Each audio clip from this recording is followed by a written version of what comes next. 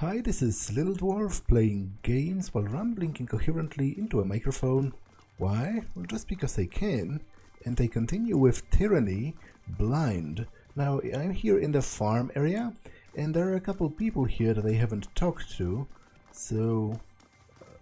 Little looks appealing about those rubbery dank-scented mushrooms, yet the settlers of the wound care for them as if they were the finest fruit.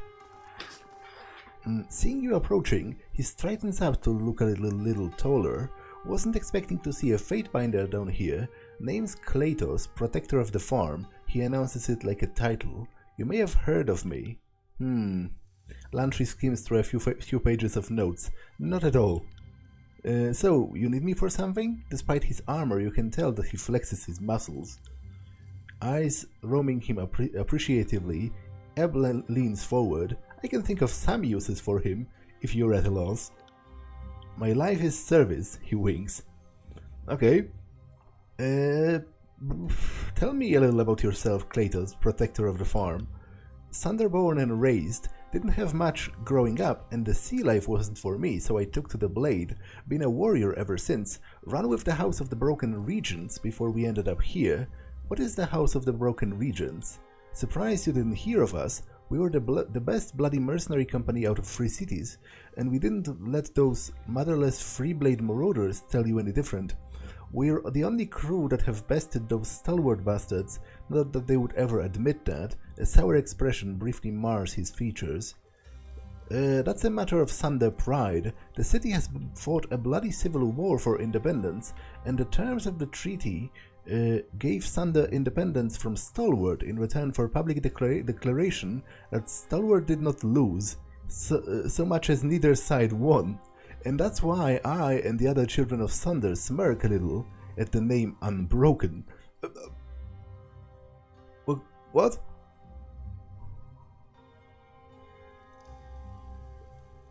This is... this is hilarious. Because they technically lost, right? They lost a whole swath of territory, but their price for agreeing to that was some kind of a... It's like a children's game where you always go, you know, like a children's game who's got a higher number, and you go, I got your number plus 1. They kind of did that, but with like reputation. They're like, oh, we lost, but the price of you keeping your victory is saying that we didn't. How do you protect the farm? Isn't it obvious? I am a fighter, and a bloody good one too. It's almost a shame to have me up here on the farm, so far from the Howling Bane. Want me to ask Tycho to reassign you? His eyes widen. That would be kind of you, but that would leave the farm underguarded. Maybe if it gets too bad down there, sure, but the beastmen seem to have it handled. Claw for claw, he swallows. Yep, leave the bane to rip-rending fangs and claws of the Manticore and Whist Reavers.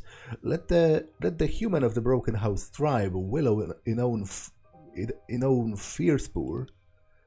Tycho has me looking after the mushrooms. She keeps a close eye on everything around here, a bit too close if you ask me, and she's quick to remind me when I cock something up. Used the wrong water on the mushrooms once, and then she decided, and she up and decked me. Obviously, I would have blocked it.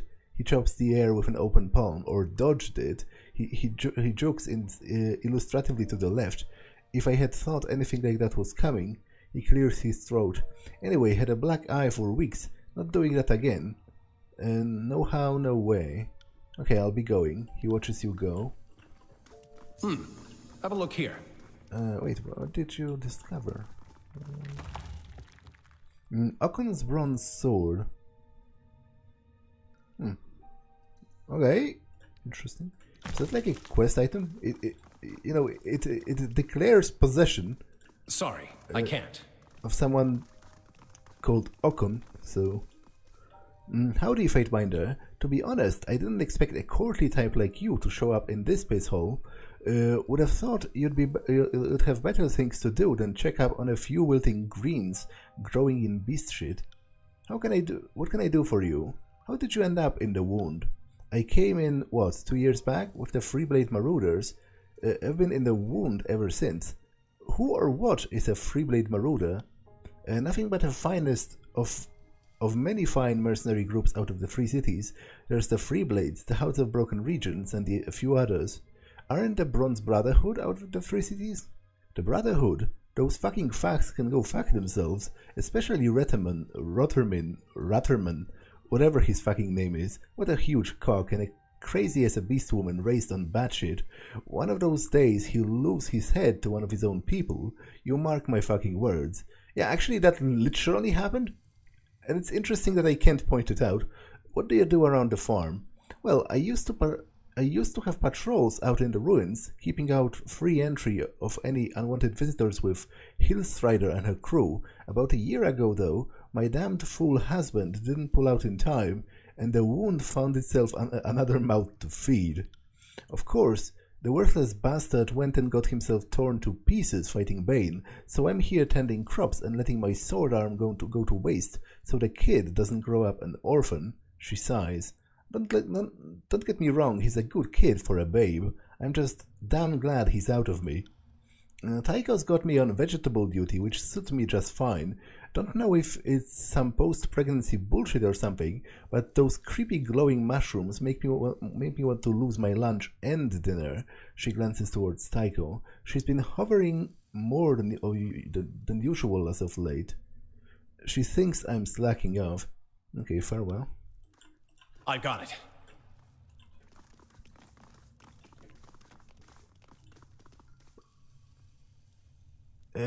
Faint illumination from the sky above limns the jagged edges of the fractured old walls overhead. Far below you can make out the flickering dots of the torchlight community making up the wound. Smooth blue fur frames this massive beast woman's flat face, her blunt snout wrinkling as she sniffs at you. Her skin, in those spots where you can see it, glistens almost pearlescent. Her upper lip curls back to exposed, dagger-sharp fangs. Human smells of flame mystic power, of singed fur suit, and of plummet smoke. She snorts. You yet looks small and frail like a hairless whelp. The beast woman at your side rises to her full height, chest thrust forward, and snarls at Ocean's fury. Manta-born beast woman knows not human who smells of Fatebinder. Alpha to kills in shadow can be forgiven for foolishness once. Fur bristling, Ocean's fury glowers at kills in shadow. Shadowhunter calls human alpha? Then perhaps human strength smells true, or Shadowhunter gone weak from time away from tribe. For what does human disturb Ocean's fury's prowling vigil? I've seen a lot of different beastmen here. How many tribes call the wound home? One and more than one. Like human tribes, but grown stronger in difference. One and more than one? What do you mean? One tribe called Woundkin hunts prey in the bastard wound. All beast women answered to Woundkin name. All did look to Reef Talon as Prima before Reef Talon left into the old walls. What tribes did they belong to before they all became Woundkin? Ocean Fury and Reef Talon are Manta-born, first among tribes. She draws herself up proudly and thumps a closed paw against her chest. Manta-born hunt sea as swift as shark, range long coast from stalwart to seed, rule ocean where humans bring no war. West Reavers have fur like rust, range the northern lands, highest tier, not many days from the wound towards sunset, where humans fear tread. Yep, she seems to consider the tribe. West Reavers best hunters in grasslands, good hunters in the mountains. She chuffs lightly. Poor hunters in sea salt. Small stalkers small, stone stalkers small but roam in large packs. Strong mystics know the stone song of Earthblood. Good hunters in the mountain, not as good in any other place. A few others stalk with Woundkin, chases clouds and gloom of dawn Katavna. Only a few left. What was that about the tribe's differences? Her eyes narrow slightly. Each tribe knows its hunting grounds best. Mantaborn best swimmers, small stone stalkers climb quickest, shadow hunters blend with the night, and stalk with cunning. Simple. What do you mean by your prowling vigil? Ocean's fury prowls the wound farm, hunts Bane with claw and fang, drives away trespassers with growls and knuckles. She points out to the vast gulf up the north. Old walls split down the center like lightning fork stump. Bane slip across the gulf. Ocean fury watches always. I'll be going. She snorts and nods. Sorry, I can't.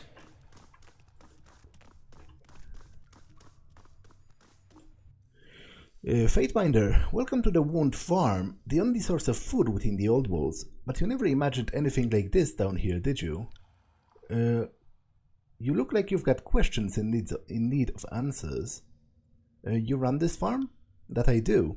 Have since shortly after we arrived here. I have been a mercenary up top, but down here I've developed into quite a farmhand. She chuckles. I turn the soil, hole up fertilizer, even sing to the plants. I've near grown to love the farm life like it was my own child, except unlike a child, the farm feeds me. This farm feeds the whole community? Near enough.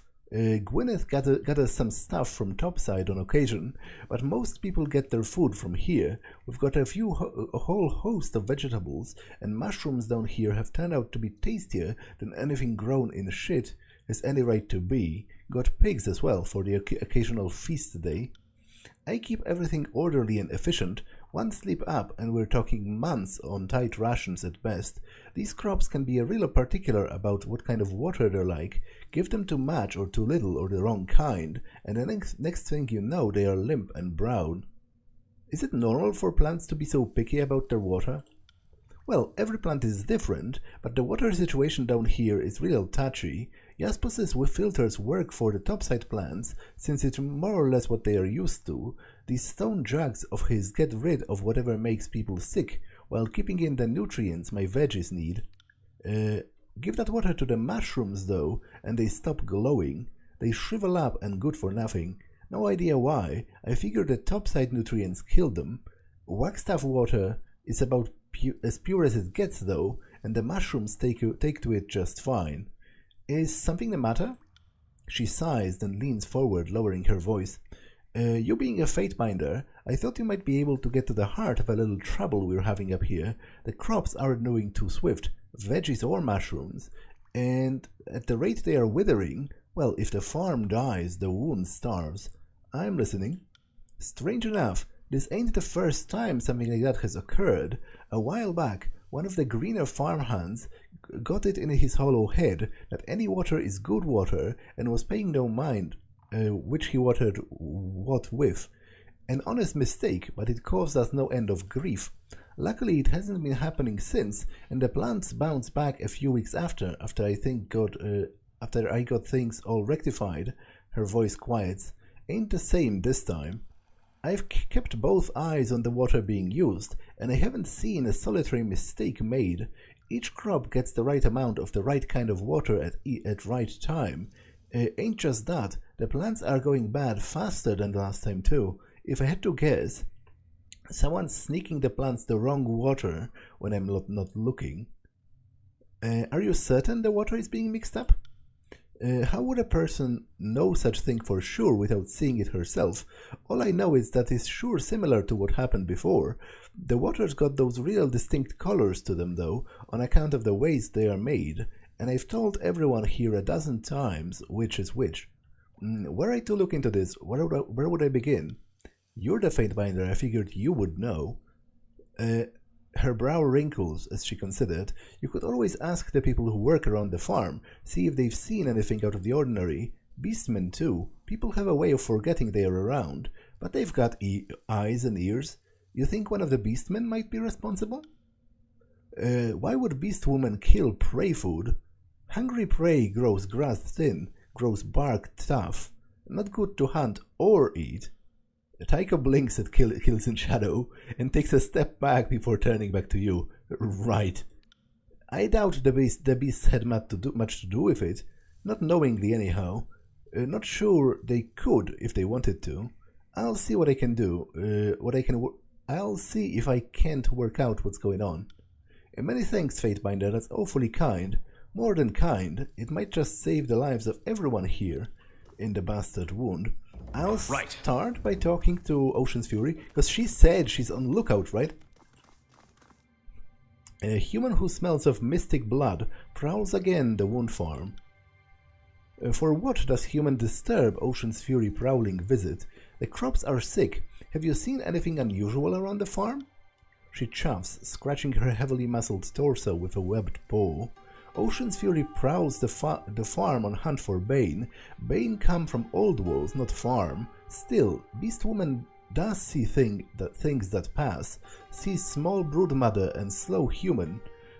Sneak the farm when human called Tycho look elsewhere. Can you tell me more about the small broodmother? She waters green prey food. She lurks near tumble-down stones at the entrance light. Hides a thing there when no one sees. The human slow, big and heavy, smells of hot metal, hides a thing under rocks in the dark corner near a squishy glow fungus, he whelps. Human thinks no one watches, but Ocean Fury sees without watching. Beastwoman hunts Bane though, not humans. What does Beastwoman care what humans do with stones? Okay, thank you. That's pretty useful because it means they are switching it on purpose, and I suppose one of them has their thing here. Dehydrated moss. This moss has had all the water magically removed. It quickly crumbles into a powdery substance. And the other thing is somewhere in the corner near the mushrooms, probably right here. So they are both doing it, seemingly. They are both destroying, I suppose, probably the other one's crops, right? So the guy who's been in the care of the mushrooms is trying to destroy the vegetables, and the woman that's caring for the vegetables is trying to destroy the mushrooms, probably to make the other side look bad. This ash is slightly warm to the touch. The color of it has been changed, likely through magical means. Okay, let's question them both about their motives and the like. They always come back.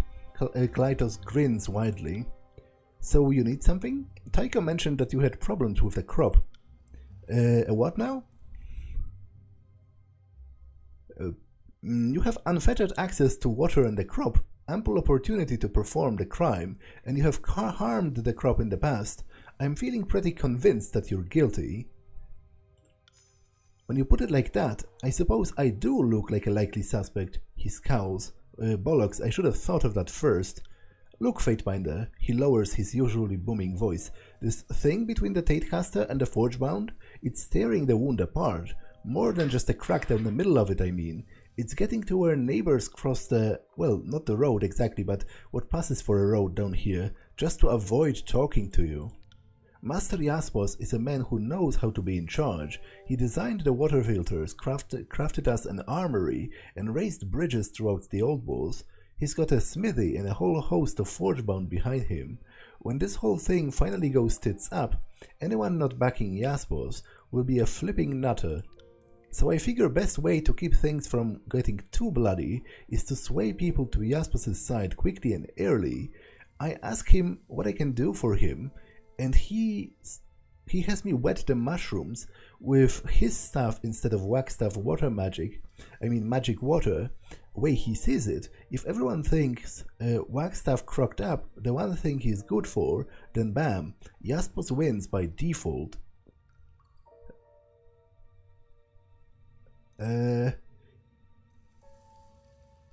You really think sabotaging your own food source is a good idea?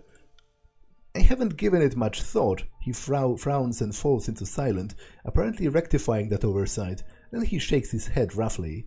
No, Master Jaspos wouldn't do lasting harm to the wound. I know he knows what's best, so I trust his plan, even if I lack its every particular. Tycho said different waters are different shades. It should have given you away. And now you see where Master Jaspos's brilliance shines. He gave me something to mix into the water to make it look different. Don't see how knowing that will do you much good, though, seeing how there is none left. And without that, there's no proving anything. This stops now. Stopped already, actually. Use the last of what Master Jaspos gave me just this morning. Can hardly hurt the mushrooms without it, can I? He smirks. Show him the discolored ash. So, this bag of forged dust you hid isn't what Jaspos provided. The color drains from his face. Didn't mean anything by it, Fatebinder. I just wanted to help Jaspos keep the wounds safe. Better than safe, great even. I figured that once enough people had turned their backs on Wagstaff, he would ask me to stop and everything would shake out fine.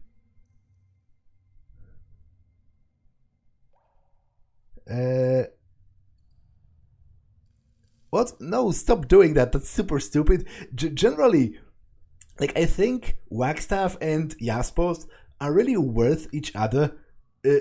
Although Jaspos seems a little worse. Like, you know, it's potato kind of situation, because Wagstaff sent me to kill a person. But Jaspos lied to me directly about being a master, and then got offended because I didn't steal on his behalf. At least Wagstaff, he just obfuscated the truth because he wanted the book, and once he got the book he was seemingly okay with that, even though I didn't kill her. So, stop it. Grab him by the crotch and squeeze hard. I'm not sure why it has to be the crotch, but sure.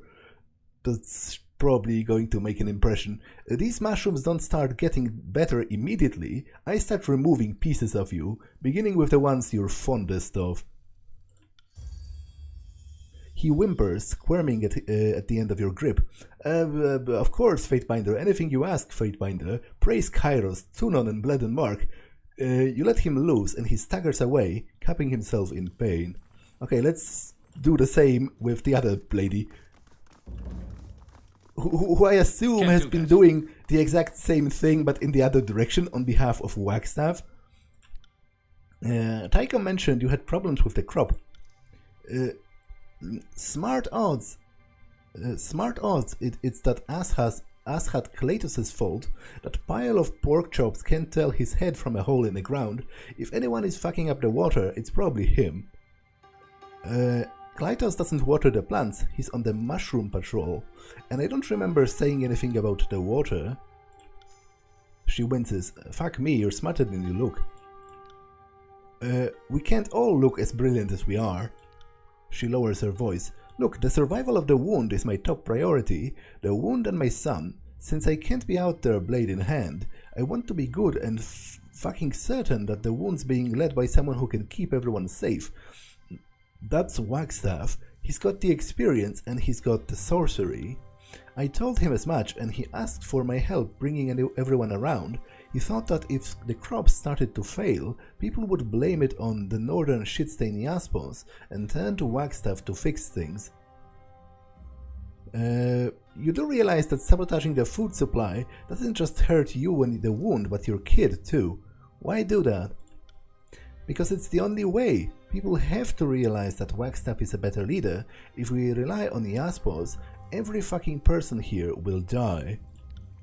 And my son is just fine, thanks. Do you really fucking think I would do this if I thought it would hurt him? People will go to Wagstaff for help any day now, and everything at the farm will go right back to normal. Don't worry, the older and more annoying your kid gets, the less you'll feel the need to do crazy things to protect them.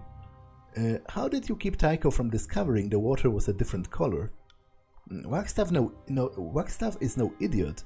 He gave me something that makes the unscrolled water look like that filthy forge-bound water. Doubt knowing that will help you though. No one will believe Wagstaff has been sabotaging crops without proof, Fatebinder or no. I can't let you keep doing this. How exactly are you going to stop me? You don't know what I'm using or where to find it. You have no proof. And if you try dispensing a little Fatebinder capital punishment without proof, I think you'll find the whole wound against you. Show her the dehydrated moss. Her face falls. Fuck me. Alright, you've got me over a barrel, Fatebinder. What now? You tell Tycho and she's like as not to gut me. You understand what I was saying earlier, right? I want my son to survive. I want the wound to thrive, so that the kid has a good future. I'm not going to... like, threatening her? Sure. Beating her? That's kind of stepping over the line. Swear on your child's life that you'll never do this again. I do swear it, Fatebinder. Show mercy, and I'll never do anything like that again. With a quick bow, she flees your presence. Who says you can't teach an old dog new tricks? So wait, but are they going to kill them?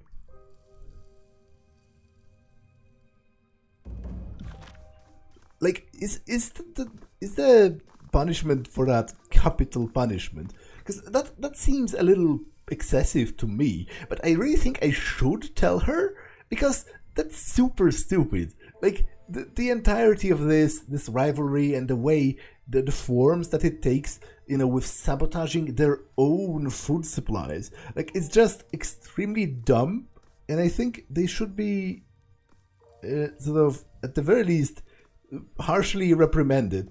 And I don't mind them being punished, I just don't want them to be punished with death. Welcome back. I've got information for you regarding the water problem. That's some sorely needed news, Fatebinder. What did you dig up? Yeah, they are both responsible. Jaspos and Wagstaff are both responsible for the falling crops. Surely you kid. There's no way they are both wrapped up in this.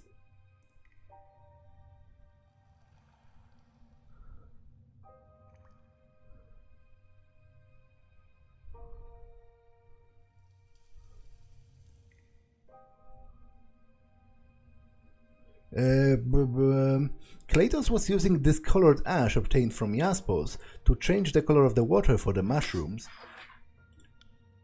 Kleitos, after all his mistakes, you'd think I would have kept a closer eye on this musclehead. Jaspos, though, dealing with him will take a tenderer touch. Can't just punish him like I can most everyone else. For now, he'll have to wait. Kleitos, though, I'll deal with that boy with a swiftness. Again, is that death? I kind of think that's excessive. But you're saying Wagstaff also had a hand in this? Well, if I blamed him directly, it only stands to reason I should expose Lunet as well. Although, if they kill them both, I think that's a miscarriage of justice. But you know, maybe they should have thought about the possibility of getting punished before they started doing that.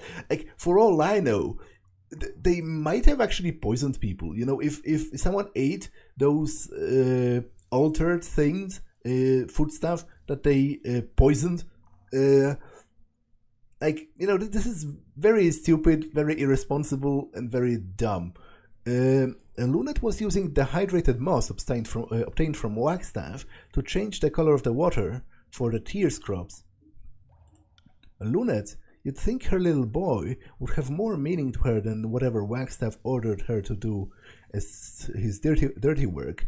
No matter, she won't see this farm again. The Tidecaster will be a tougher nut to crack. I'll have to think long and hard on what to do about him. She frowns and surveys the farm. It'll be a task convincing the others that Jaspos and Wagstaff aren't the leaders we reckon them to be. For now, it's enough that the farm is no longer a pawn in whatever they are playing at. She smiles at you. In clearing this up, you have helped the farm and saved a lot of folk from starvation. Thank you, Fatebinder. You've helped the wound more than I suspect you know. I'd like you to have this as thanks, as a trophy from my rough and tumble years. Cleanest helm on the battlefield. Did they kill them? Are they still around? They are. What are they going to do with them? Like, it sounded like exile?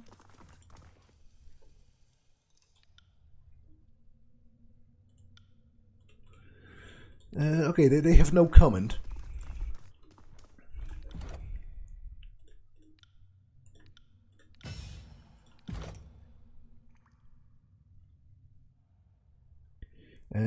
Lantry skips forward, vanishing from combat and healing. Upon his return, he releases a wave of energy that reduces recovery of nearby allies.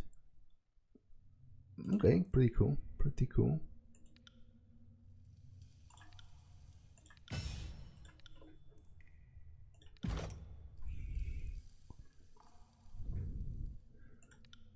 I'll go with this for slower, I mean quicker cooldowns.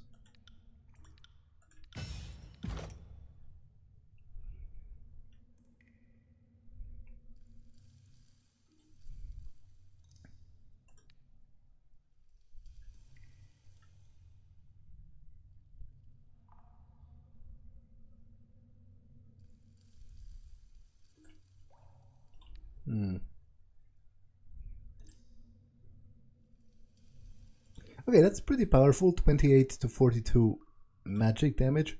Releases a wave of energy around yourself, hitting all nearby foes with a random type damage.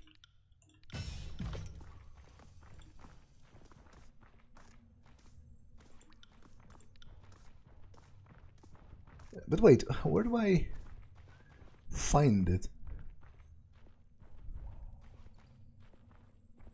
Is it this? No. Chaos Blast. Why doesn't it appear here or here? Like, where do I... Okay, so there are actually a couple of things I have not equipped. I have to remember about those existing. Like, I would love if it was possible to extend the quick slot menu.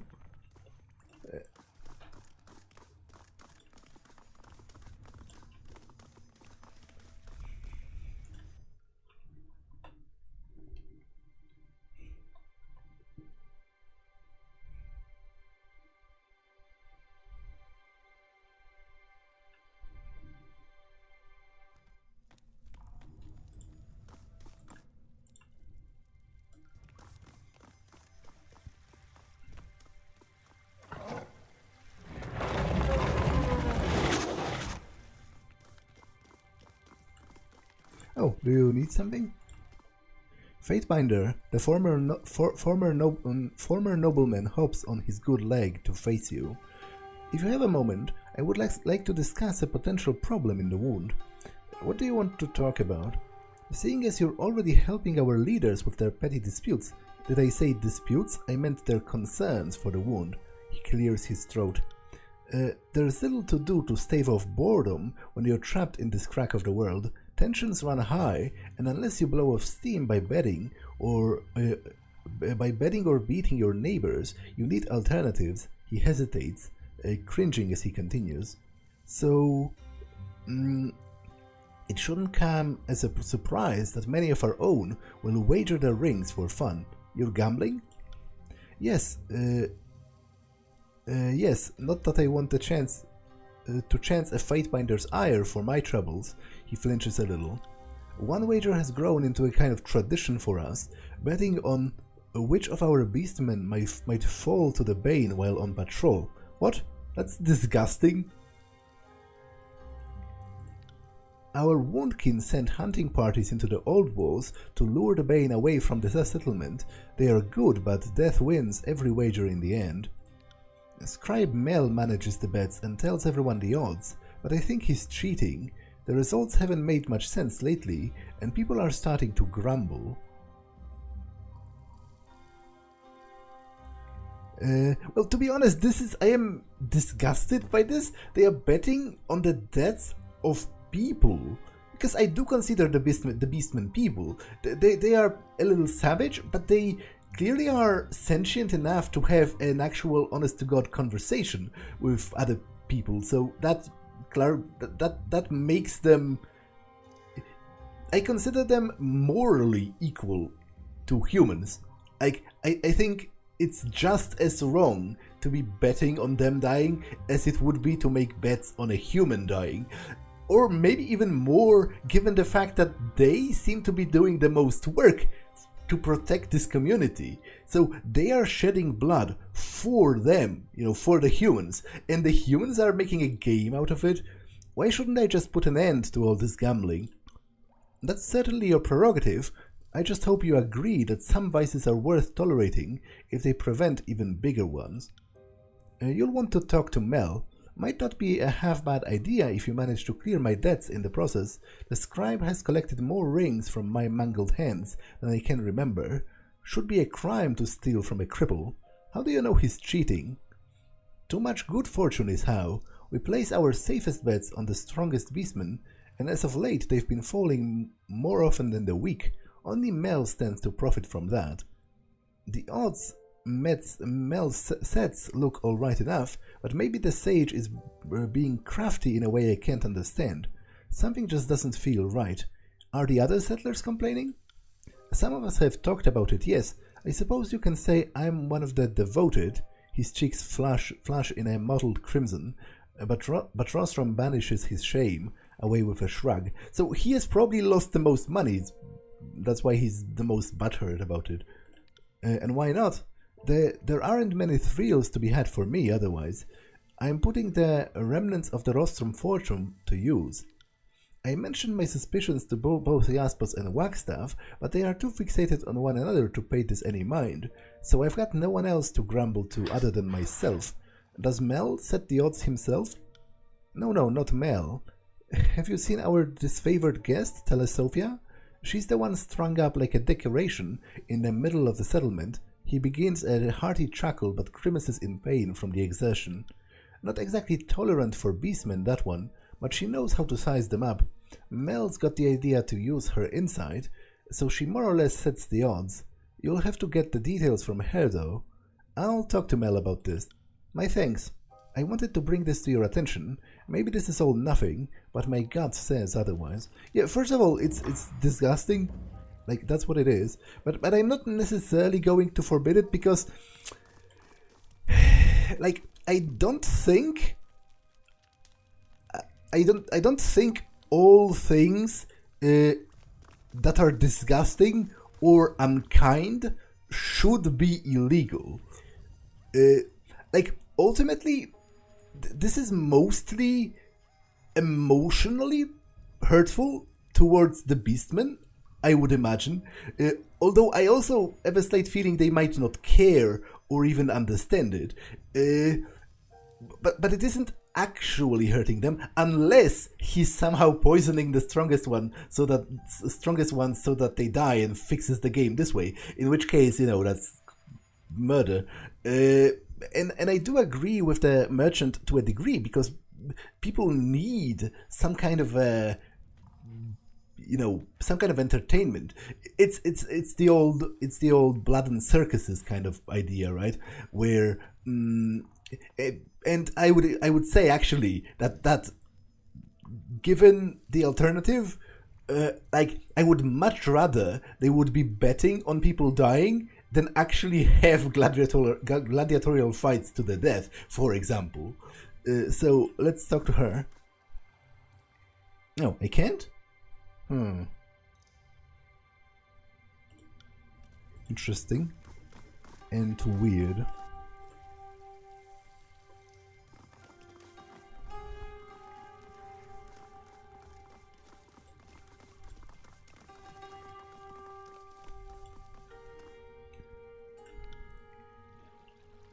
Fatebinder, you've returned. It seems that Jaspers is rather furious with you at the moment. Not sure exactly what you did to enrage him, but be advised.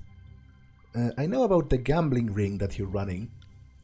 I see nothing escapes your notice, Fatebinder. I would characterize my participation more as facilitating than running, but the distinction might be irrelevant in Kairos' eyes. He clears his throat. Gambling is more of a public service.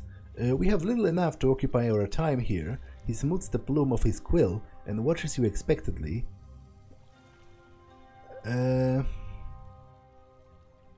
How did you get to be the bookmaker? I was sharing drinks with some of the Woundkin handlers, those who prepare hunting parties before departure and see to the beastmen's needs and injuries upon return. Our conversation took a grim turn towards which beastmen would survive and which would fall to the bane. Idle chatter quickly devolved into wagers. Before I knew, everyone was thrusting rings into my hands. I had no desire to flaunt Kairos' laws, but most of us have placed bets at one point or another. Rings aren't worth nearly as much here as they are on the surface. Betting with them is just a step beyond using polished stones. Rostrom Lenk seems convinced that you're cheating everyone of their rings. Rostrom, he had a string of bad luck, so it could be angst manifested as suspicion. He pauses to think, brow furrowed. Telesophia appraises the Woundkin, and I translate those impressions into the odds. Most of her expertise mirrors common sense. Bigger beast women are, after all, actually stronger and more resilient than smaller hunters. Ask her about it if you like.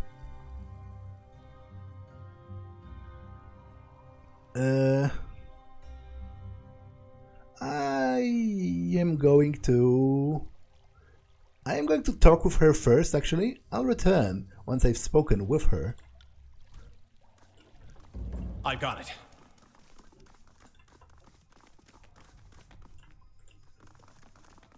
Can't do that.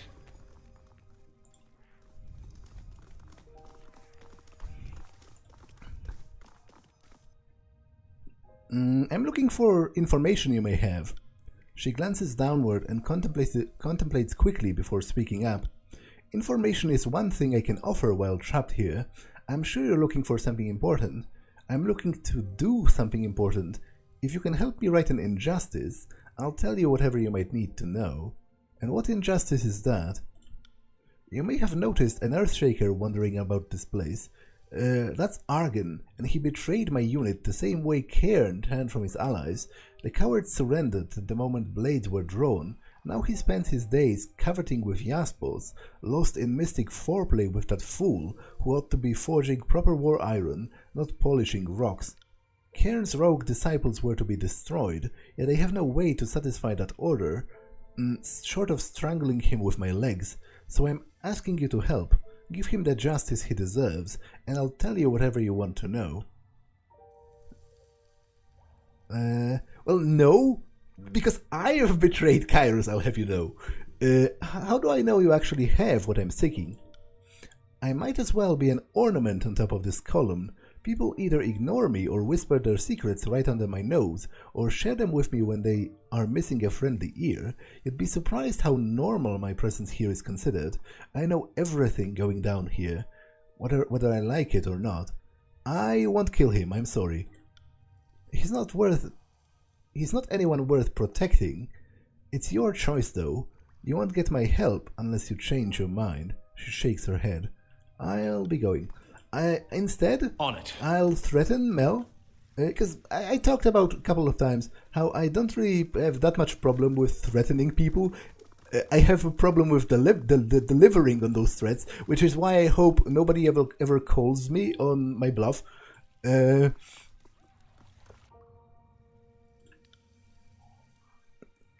What? Wait, so...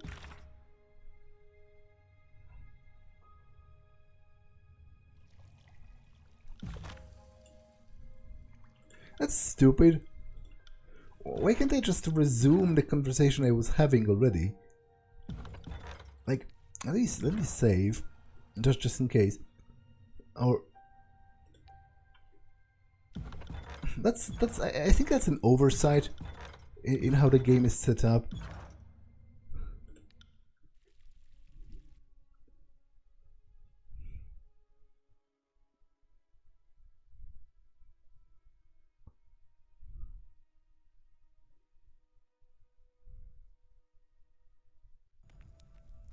Because logically speaking, what is stopping me from just talking to him again?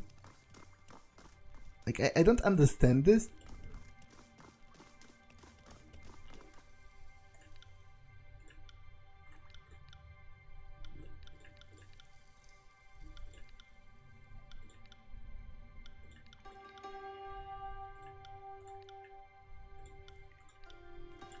Right.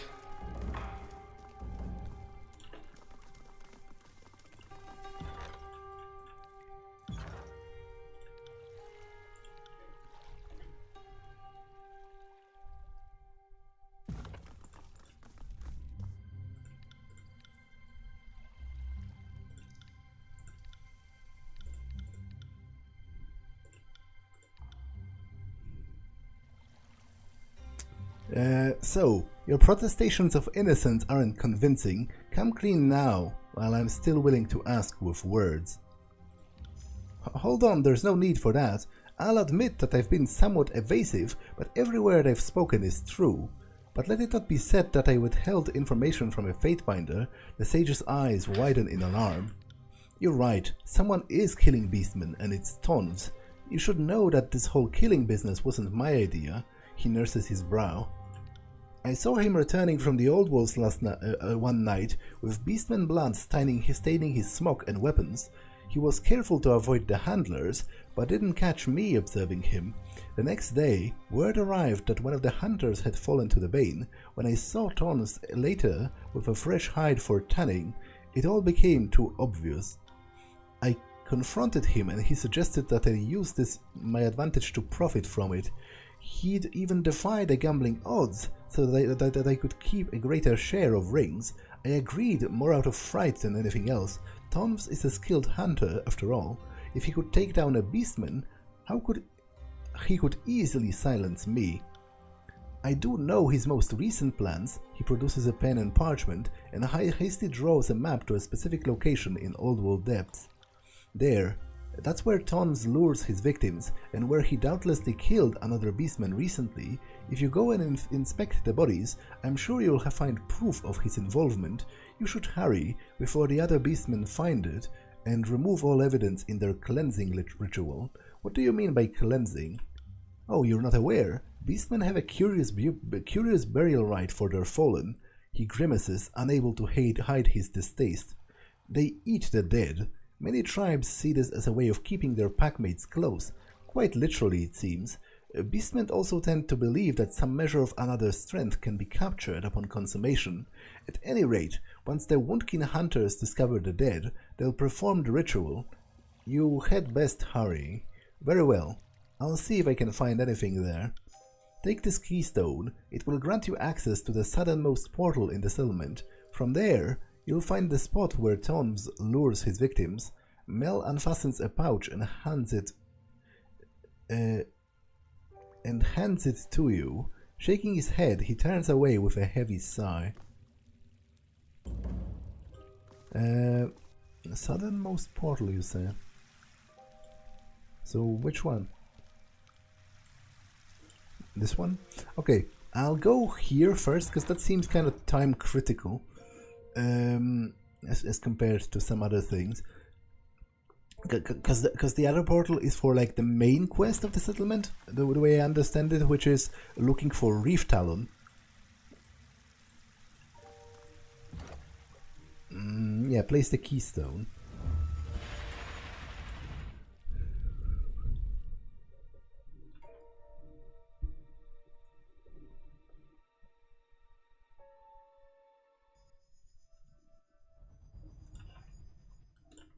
Will do. Am I the only one who sees that?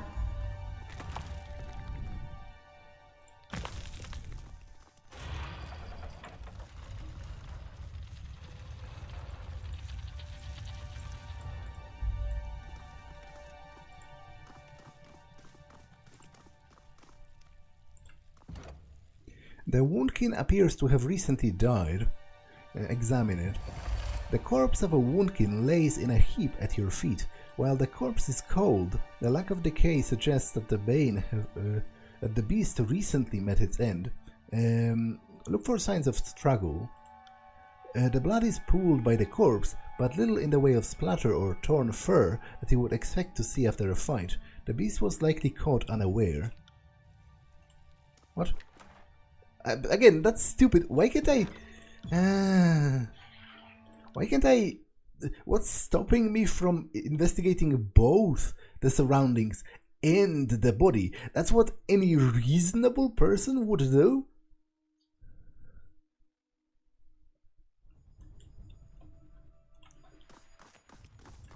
found something. Sorry, I can't. Sorry, I can't.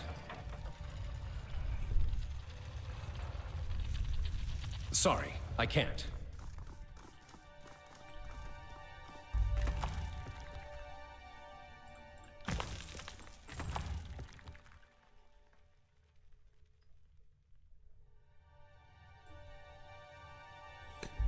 While most cats spend their day napping and hunt at night, this little black kitten does neither. While he accepts food placed in front of him, he mostly stares blankly ahead, his silent vigil interrupted by the occasional yawn.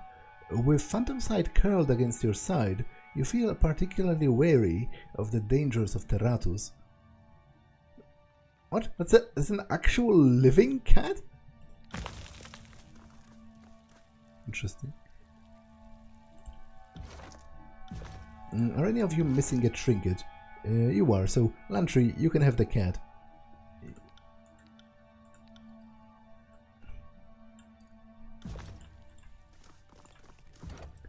This woundkin appears to have died recently. The corpse of a woundkin lay in a heap at your feet. While the corpse is cold, the lack of decay suggests that the beast recently met its end. Examine injuries to the corpse. The bones distend. Broken bones distend the woundkin's heavily bruised flesh. The injuries appear to have been caused by a large blunt object. Okay, once again, a small piece of blood-splattered forge-bound armor. It appears to have been ripped off by beastmen claws. It's stupid that I can't do both, but oh well.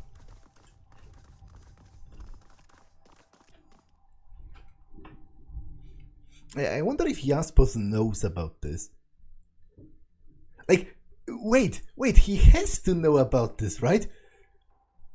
And the broken bones? Because, oh my god, because he said he's using, like, claws and bones from the beastmen to purify the water, and he implied they give the claws and like teeth or whatever willingly because they grow back, but I guess he's having them killed and then grinds the bones.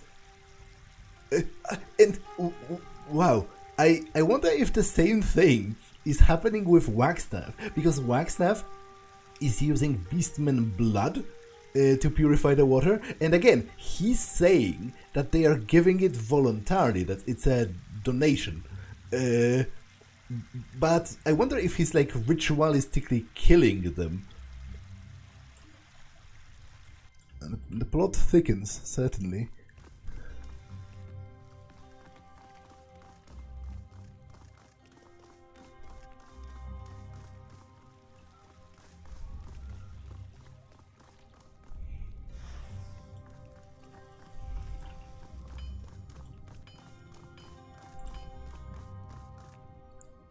The tanner tucks a small animal pelt into one of the many pockets adorning his smock before turning to face you.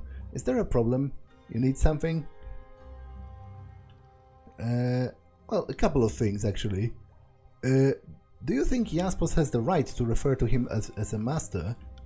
That's none of my business. Titles aren't worth a damn. Real Forgebound let their hands and their creations speak for them. I learned a lot from Jaspos, and that only makes me a better napper and tanner.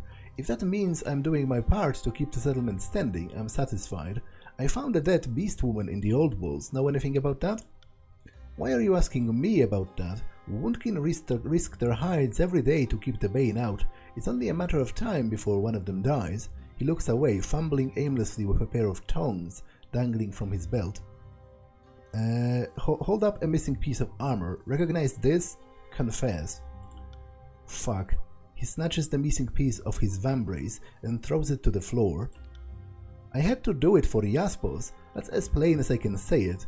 I respect our woundkin. They are good warriors and neighbors. It pained me to harm them. Yeah, I know why would Jaspos do that. He grinds their bones to purify the water. Why would Jaspos make you kill beastmen? He needs beastman bone for his sieves. Without it, we would all catch the withering rot from the water. When the Reef Talon was still here, Wundkin could donate teeth and talon, and she would use her magic to make sure they regrew. Between that and the beastmen sometimes dying on the hunt, we had enough bone to keep the sieves flowing all day. But with Reef Talon gone, our hunters can't donate anymore. Jaspus told me that I had a way to find a way to gather beastmen bones, or we will all die. I didn't have a choice. Well, obviously you did. The choice was not doing that. Like, maybe, I know it's a crazy out there idea, but maybe if the existence of your community depends on continuous ritualistic murder, then maybe it just shouldn't exist. Maybe you should just move elsewhere. Are you insane? Like, I have this feeling that both Jaspos and quite possibly Wagstaff are insane, and they have created this little fiefdom of theirs in which they play games of domination, all the while shitting on the beastmen who seem to be doing the most actual work. So you decided murdering beastmen was the solution. What would you have done? Jaspos made it clear that's what we needed. If we don't clean the water, we would either all die or be forced to the surface. Truth is that the wound is still going because of what I did. The beastmen always eat their fallen and leave the hide and bones behind. All I needed was to do was to separate and kill an injured beastman out of the hunt, and let the others consume the evidence. I thought that this was the best route among shit routes. Well, no, the best route is to just leave. Why did you bring Mell into this? Why did I? It was that fucking bookworm that thought to make profit from this. He spits on the ground. Mell caught me returning with the hide and bone at an odd hour, sussed it out before I could think of an excuse, and forced me to give him advance word of any killings for his little gambling operation. Bastard made me to go after the larger and healthier beastmen, and for what? Just so that he could back the odds and pocket more rings. I didn't have a choice. If I didn't kill the ones he wanted, he would expose me. Well, again, what are you talking about didn't have a choice? You obviously did, and you chose the most stupid and deranged and evil option. Do you truly believe this is the way to keep the bastard's wound going? I wouldn't have done it if I thought otherwise. Facts are facts. Neither Wagstaff or Jaspos can keep up with the demand. Imagine how worse it would be if Jaspos couldn't provide any clear water at all. If you stop me from doing what needs to be done, the wound will die. Maybe it should. Again, maybe it should. It's sustained by continuous grisly murder and grinding the bodies of the fallen to facilitate consumption for you. Like, there's a metaphor there somewhere, I feel like, or at least there is symbolic meaning there somewhere, and it's all shit. Like, this community is insane. Mell is the one being reckless here. He cares only about rings. If you can get him off my back, that'll mean I can go back to only killing the old and weakened. We need the strong ones to stay safe from the Bane. So Mell did cheat the other gamblers. I don't know what he told those gambling idiots. I'll just say this. Does he strike you as one particularly honest fellow? I wouldn't trust him. It sounds like Mell wasn't fully forthcoming. I'll need to speak with him before settling this. You will? I figured he would just take my head and be done with it. His lips come together in a faint smile. Tonves' eyes suddenly widen in alarm as he takes an instinctive step backwards. No, Mell's a crafty one. He's held the murders over my head ever since he found out, threatened to reveal what I've done to everyone. He'll have half the wound, take up arms over me, moves quickly through the forge, grabbing tools and weapons from nearby racks and tables.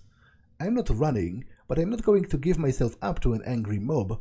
I'll head to the Old Walls and wait for news from you. After you've talked to Mell, come find me. You already know where to go. He drops a well-worn hammer into a belt loop and rushes out of the forge.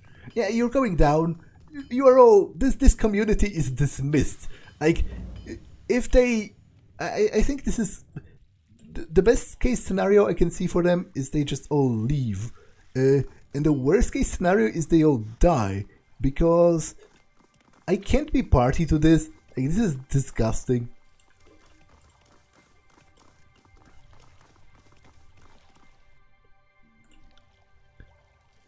I spoke with Tonves. He made it clear that you forced him to target the strongest beastmen, all for profit. He said that, did he? You needn't glare again. I know an explanation is in order, he sighs. Tonves never knew my true motivation, which was decidedly not in service of rings. When I confronted him about the killings, I saw an opportunity to turn his crimes into something that would help us all. He leans forward and lowers his voice. The wound's well-being is also my well-being, and I've seen what others have been happy to ignore. Not all of the beastmen care for our current arrangement. When Reef Talon was with us, she stamped down dissent with the beastmen. This place may look like it's a miraculous experiment between our races, but its success rests upon a shaky foundation. Ever since she left, I've seen more of the dominant beastmen voice concerns, and even suggest that they leave us humans to fend for ourselves. That, of course, would be an unmitigated disaster. You think? So again, like, I have this overwhelming urge to just slap everyone in the head. Because, of course they think that. You think that they are... You call them beasts, for one, but I guess they call themselves beasts, so maybe that's not a problem. But you clearly... You know, humans generally are prejudiced against them. They kept them as slaves, and even now, when they are protecting this village, you're murdering them. You know, all you're worried is your own skin. All of this is because you just can't put it in your head to leave. I told Tonves I would keep his secret as long as I dictated which beastmen he could kill. Not surprisingly, the noisiest woundkin were often the toughest, but it was purely a coincidence. These killings have kept the settlement going. I took no pleasure in it, though I gained a few rings in the process. It was entirely incidental.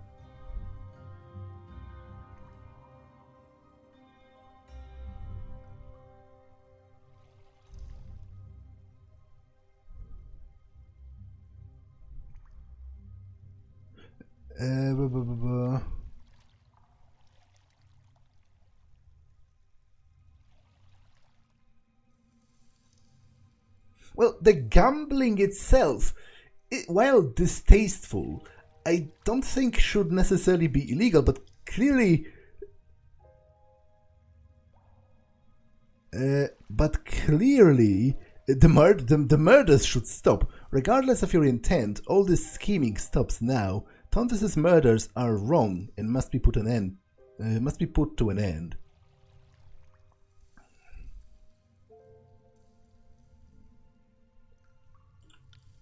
He presses his lips together tightly, a restrained expression of consternation. Of course, you're correct. Murder is a crime, but what stability is not built upon an unsavory foundation? He raises his arms in a placating gesture. But you are the Fatebinder. If Tonves must stop his work, then we'll just have to find another way to present arrangement agreeable to our beastmen brothers and sisters. If there's nothing else, I'm afraid I have some manifests that require my attention. Could I, like, beat you up? It's kind of...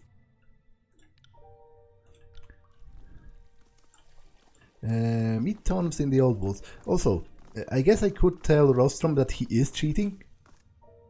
Oh, apparently he doesn't care. Interesting.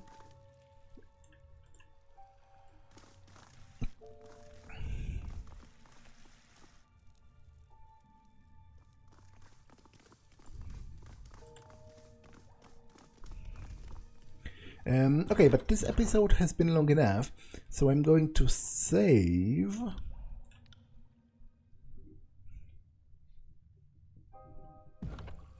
And end it for now. That's all for this one, and I will see you in the next one. Bye.